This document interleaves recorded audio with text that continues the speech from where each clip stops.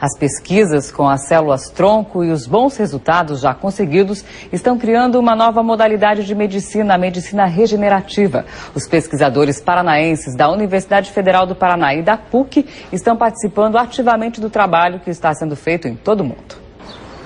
Há 2 anos, Vicente teve um infarto e foi selecionado pelo Ministério da Saúde para participar dos testes com células-tronco. Durante a cirurgia cardíaca, foram injetadas células cultivadas pelo Laboratório de Tecnologia Celular da Pontifícia Universidade Católica do Paraná. As células deveriam fortalecer os músculos do coração dele e fortaleceram. Vicente voltou a viver bem. Pressão controlada, estou dormindo bem, estou trabalhando bem, eu estou com a vida normal, né? O laboratório da PUC é um dos poucos centros que fazem parte da Rede Nacional de Terapia Celular. As células-tronco cultivadas aqui, além de servirem para pesquisas em Curitiba, vão para instituições que fazem experimentos em todo o país. O resultado desses estudos é a esperança de cura de muitas pessoas. E a boa notícia é que com isso veio um financiamento do BNDES, na ordem de 3 milhões de reais, que vai ajudar com que a gente melhore ainda mais o nosso laboratório, tanto no laboratório humano quanto no laboratório experimental. As células-tronco são tão estudadas mundo afora por causa da capacidade de se automultiplicar e de recompor tecidos de órgãos do corpo que, uma vez lesados, não conseguem se recuperar sozinhos. Hoje existem resultados de melhora em pacientes que tiveram derrames, sofrem do mal de Parkinson, Alzheimer, doenças no fígado, no coração, problemas pulmonares, entre outros. As pesquisas dessa área procuram tornar realidade um outro tipo de medicina, a regenerativa. O que nós tínhamos era a medicina de diagnóstico, a medicina curativa, mas nós não tínhamos uma medicina que permitisse a recuperação ou a regeneração dos órgãos, como coração, cérebro e pâncreas, né? No Paraná, o alvo dos estudos é o coração. Com uma estrutura de última geração, os pesquisadores da PUC trabalham para que as células-tronco melhorem a capacidade de contração e distribuição de sangue pelo corpo.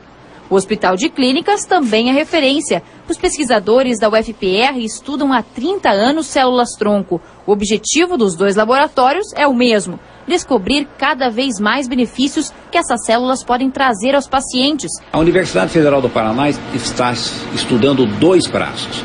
Um de insuficiência coronária crônica, são pacientes que já tiveram seu infarto, e um outro grupo são pacientes que têm uma degeneração do músculo cardíaco. Então é uma cardiomiopatia dilatada, de causa desconhecida. Em 1 ano e meio, 45 pessoas já receberam no coração as células cultivadas na UFPR. Foram usadas de 100 a 500 mil células-tronco por paciente. Agora o HC vai receber R$800 mil do Estado para que os testes passem a ser feitos com mais tipos de células-tronco nos padrões aceitos pela comunidade científica internacional. Este é o objetivo. Nós devemos alcançar e ter certeza de que os resultados que nós estamos atingindo não são resultados ocasionados pelo benefício ou pelo cuidado exagerado que nós estamos dando ao paciente. Muitas vezes o paciente melhora porque é mais acarinhado, é mais cuidado, é usado melhor a medicação. Então, esta é a diferença.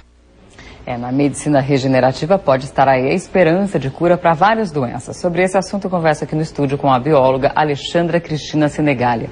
Muito bom dia, Alexandra. Bom dia. Explica pra gente primeiro o que são células-tronco e de onde elas vêm. Bom, as células-tronco são células que têm uma característica muito especial. Elas são células que têm a capacidade de dar origem a uma outra célula-tronco, para que elas sempre tenham um estoque no organismo, e são capazes de dar origem a qualquer célula que forma o nosso corpo. E elas estão presentes, hoje se sabe, em diversos tecidos. O mais conhecido é a medula óssea, mas nós já trabalhamos hoje com células-tronco extraídas do tecido adiposo, do sangue do cordão umbilical, da própria musculatura esquelética. Então, ela tem em vários tecidos do corpo, mas o mais rico ainda e a fonte mais fácil de se obter é a medula óssea. É daí que vocês tiram essas células-tronco para fazer essas pesquisas? Sim. No momento, todos os ensaios clínicos, então, onde as células já são injetadas em pacientes, são células obtidas da medula óssea e do próprio paciente. Então, futuramente, pretende-se poder retirar essa célula de outros tecidos e aplicá-las clinicamente, mas isso ainda está em ensaios experimentais. Isso que eu queria ver com você direitinho. Na verdade, tudo isso que a gente está mostrando, que a reportagem mostrou, não são tratamentos que estão disponíveis para a população, não são pesquisas ainda. Isso, exatamente. São pesquisas. Então, alguns pacientes que completam todos os critérios de cada um dos programas, existem vários ensaios clínicos sendo efetuados no momento no Paraná. Então, os pacientes são selecionados e participam desses ensaios. E existe um ensaio muito grande sendo realizado no Brasil hoje, que é, acredita-se, o maior que está sendo realizado no mundo. E ele faz parte de 1.200 pacientes de 4 doenças cardíacas diferentes. Então, nós temos em cada uma dessas doenças 300 pacientes que estão sendo selecionados. 150 recebem células, 150 não recebem. Ah, tá. Então, 150 recebem, 150 Isso. não recebem. O paciente e o clínico não sabem quem recebeu e quem não recebeu. Quem fica sabendo? Apenas quem faz a seleção das células, porque tem que preparar as seringas para injetar no paciente. E essa seleção é feita por um programa do Ministério da Saúde. Ao final desse experimento, onde todos os 1.200 pacientes estiverem selecionados e o acompanhamento de pelo menos 6 meses pós-transplante, então, tendo resultados positivos, aí sim, esse será um tratamento disponibilizado pelo SUS. Então, no caso que a gente viu aí do seu Vicente, não se sabe se ele recebeu ou não a célula-tronco. Você sabe que ele melhorou, mas não se sabe se recebeu ou não. Não, isso é bastante interessante.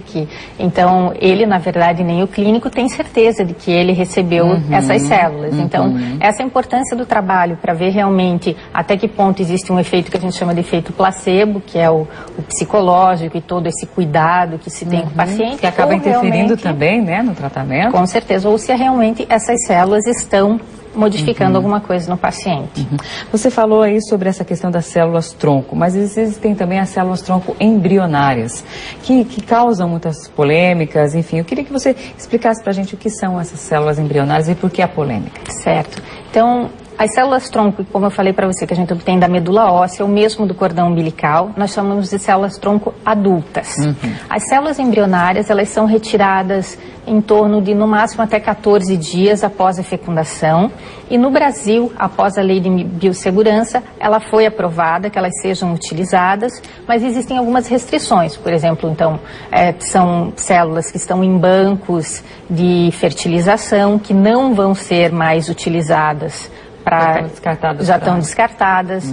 E então elas podem ser usadas para alguns tipos de pesquisa. Pesquisas in vitro, não existe ainda nenhum tipo de ensaio no mundo em que se aplique essas células clinicamente. Existia nos Estados Unidos, estava uma perspectiva de que esse ano fosse lançado um estudo clínico, mas não foi. E existem algumas restrições éticas de até que ponto a gente pode utilizar essas células ou não. Então, no Paraná, preferencialmente, nós estamos utilizando as células-tronco adultas, que têm tido um excelente resultado, mas existem 2 grupos fortes, um no Rio e um em São Paulo, que trabalham muito com as células embrionárias e com outro tipo de célula que, na verdade, nós temos agora, que se chama células-tronco pluripotentes induzidas. Então, que elas seriam como... Elas têm uma característica como as células embrionárias, mas são células, por exemplo, que nós retiramos da pele, cultivamos e inserimos genes de células embrionárias. Então, elas passam a se comportar como uma célula embrionária sem ter o problema ético. Então, essa é uma nova possibilidade de se utilizar células com características embrionárias sem os problemas éticos. Tá ok, então. Muito obrigada pela sua presença aqui. Eu que agradeço a oportunidade. Obrigada.